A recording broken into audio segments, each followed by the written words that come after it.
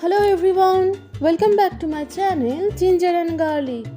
সকলকে স্বাগত জানাই আমার চ্যানেলে। আজ নিয়ে এসেছি ছোলার ডালের রেসিপি। মিষ্টির দোকানে যে ছোলার ডাল পাওয়া যায় সেই ছোলার ডালের রেসিপি আজকে তোমাদের সাথে শেয়ার করব। দেখতেই পাচ্ছ ছোলার ডালগুলো কেমন দানা দানা গোটা গোটা রয়েছে। কিভাবে তারা মিষ্টির দোকানের লোকেরা খুব অল্প জিনিসে খুব অল্প উপকরণে এত সুস্বাদু বানায়, সেটাই আজকে তোমাদের সাথে শেয়ার করা। তো দেখো, আমি এখানে ছোলার ডাল নিয়েছি, প্রায় 1 কাপের মতো ছোলার ডাল নিয়েছি, যেটা ভালো করে ভিজিয়ে নিয়েছি। আর এই ছোলার ডালটাকে আমি এমনভাবে সেদ্ধ করব যাতে না গলে। এর মধ্যে নিয়েছি আমি টমেটো, কাঁচা লঙ্কা আর নিয়েছি আলু। আর দেখো, এখানে আমি শুকনো খোলায় কিছু মশলা ভেজে নেব। যেমন জিরে, আমি 1.5 চামচের মতো জিরে দিয়েছি, 1.5 চামচের মতো ধনে দিয়েছি প্রায় 5টার মতো এলাচ দানা দিয়েছি।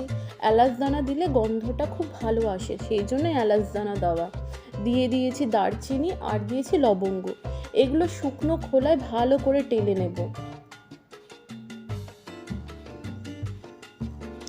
দেখেছো, ভাজাটা হয়ে গেছে। এখন নামিয়ে নেব। নামিয়ে নিয়ে আমি এটাকে একটু ঠান্ডা হতে দেব, তারপর এটাকে গুঁড়ো করে নেব। আমরা যখনই মিষ্টির দোকানে গিয়ে লুচি, পরোটা বা নান খাই, তা ওরা যে ছোলার ডালটা দেয় সেটা অদ্ভুত রকমের সুন্দর হয়, আর গোটা গোটা থাকে, দানা দানা থাকে, মিষ্টি মিষ্টিও লাগে, খুবই ভালো লাগে। তো আজকে তোমাদের সাথে এই টেকনিক কিছু বলছি। 5 ফোড়ন আর তেজপাতা ফোড়ন দিয়েছি, আর দিয়ে দিলাম আলু, কাঁচা লঙ্কা, টমেটো। এগুলো দিয়ে ভালো করে আমি কষিয়ে নেব। যেহেতু আমার ছোলার ডালটা একটু সেদ্ধ আছে, তো তার জন্য আলু, টমেটো এগুলোকে ভালো করে কষিয়ে নিতে হবে, যাতে এখানে আলুটা প্রায় সেদ্ধ হয়ে যায়। দিয়ে দিলাম হলুদের গুঁড়ো আর দিয়ে দিলাম লঙ্কার গুঁড়ো। ভালো করে কষিয়ে নেব। বন্ধুরা, তোমাদের সাথে ছোলার ডালের রেসিপিটা শেয়ার করা আরেকটা কারণ হলো, আমাদের দুর্গাপূজা আসছে, আর দুর্গাপূজাতে অষ্টমীতে অনেকেই ছোলার ডাল, লুচি এইসব খাবার খান, যেটাকে সাত্বিক খাবার বলে, সেই খাবারটা খাওয়া হয়। তো তোমরা যদি এইভাবে রান্না করো, তাহলে কিন্তু সবাই বলবে এগুলো কি দোকান থেকে আনা হয়েছে। তখন তোমরা বলতেই পারো অনায়াসে যে না, এটা নিজের হাতের বানানো, আর খেয়ে কিন্তু সবাই চমৎকৃত হবে। এই যে আমার সেদ্ধ ছোলার ডালটাকে আমি এর মধ্যে দিয়ে দিলাম।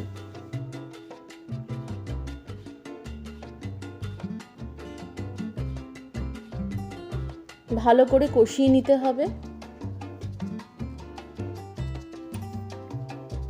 একটু ঢেকে দেব।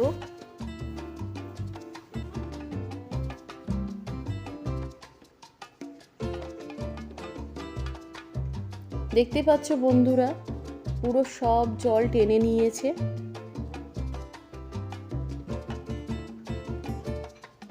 এখন এর মধ্যে আমি গরম জলটা অ্যাড করছি। আমার যতটুকু ঝোলের দরকার বা আমি যতটা ঘন খেতে চাই, আমি ততটুকু নিচ্ছি। আমি খুব একটা ঝোলা রাখছি না, বা খুব একটা শুকনোও করব না, তো সেইভাবে আমি জলটা দিয়েছি। জলটা ফুটে এলে আমি এর মধ্যে কিছু আদা কুচি দিয়ে দেবো। আদা কুচি বা আদা থেতো এটা আমি দিয়ে দিচ্ছি। তোমরা চাইলে কিন্তু কষানোর সময় দিতে পারো।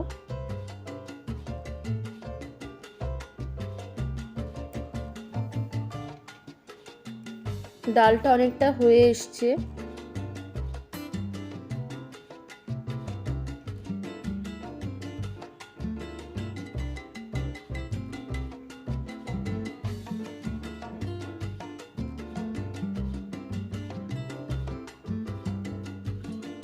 আমি এর মধ্যে দিয়ে দিলাম চিনি, যতটুকু প্রয়োজন। একটু মিষ্টি মিষ্টি খেতেই ভালো লাগে, তো এর জন্য আমি চিনিটা একটু বেশি দিয়েছি।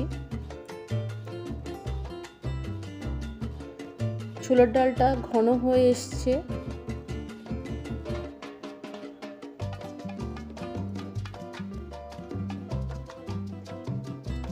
এখন এর মধ্যে দিয়ে দেব ভাজা মশলা, যেটাকে আমি গুঁড়ো করে নিয়েছিলাম। আর এই ভাজা মশলার জন্যই কিন্তু কালারটা খুব সুন্দর আসবে, একটু কালচে ধরনের আসবে। দেখতেই পাচ্ছ বন্ধুরা, রঙটা খুব সুন্দর এসেছে আর দেখতেও কিন্তু দারুণ হয়েছে। ডালটা খুব একটা গলেও যায়নি, আলুগুলো তার কোনাগুলো ভেঙে এসছে। আমি ডালটাকে নামিয়ে নিচ্ছি।